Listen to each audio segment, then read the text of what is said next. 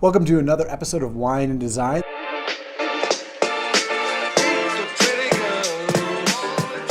This is Jacob in the VintageView headquarters, joined by Andrea Rogers from Colorado Creative. Welcome. Thank you. Excited to be here. She drove all the way down from beer country, Fort Collins, to come taste us on some wine today.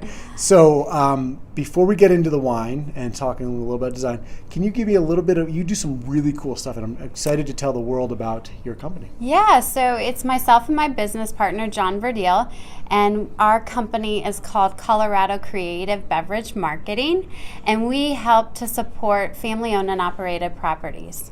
So you like the small guys who make killer wine. We do. Awesome. We do. We want those small guys to have a voice out there in the market, and so we just help to get their wines into more consumers' hands. And I would imagine the wines taste pretty good.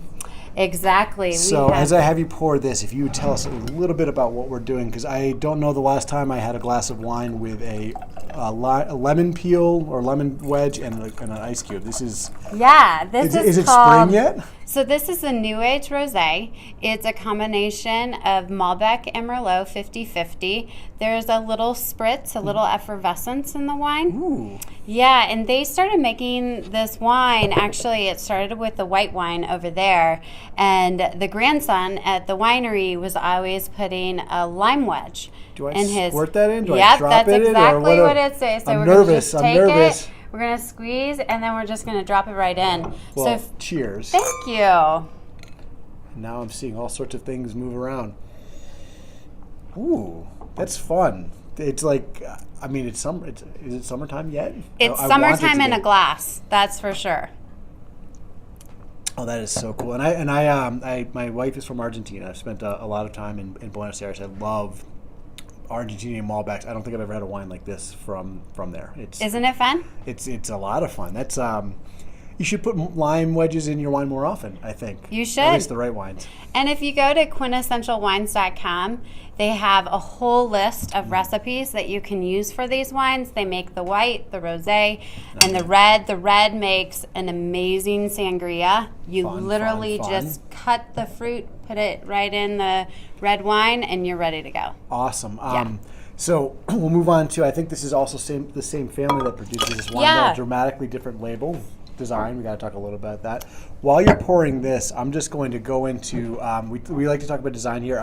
Buenos Aires, go visit it. It's my favorite city in the Americas that I've been to. I know that you said you haven't been yet. I haven't.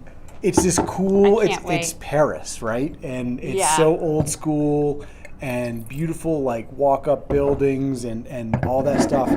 And they have all these really modern approaches to wine, which is kind of a nice like juxtaposition. It's not an old world wine region. I mean, not that Buenos Aires is the wine region itself, but it's modern meets old world. Exactly.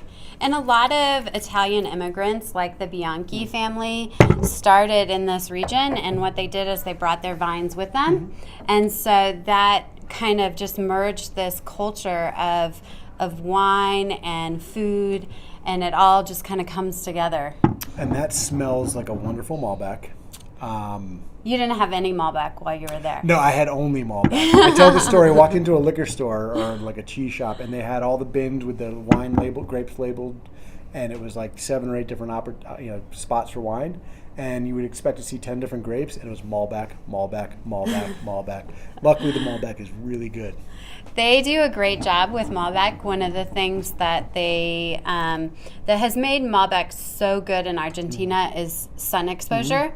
So they get a tremendous amount of days of sun exposure, but also they get long days of sun exposure as well. Yeah. So it's duration and amount of days. And they make great wine. And again, this is you taste this. It's a new world wine, but it's got some sophistication of some old world, which is really that blend of everything that you see down there. So as we wrap this up, relatively speaking, price points on these wines, and we sadly skipped this one, but we'll drink it after. Yeah. So these all of the new ages, their MSRP is $12.99. Awesome.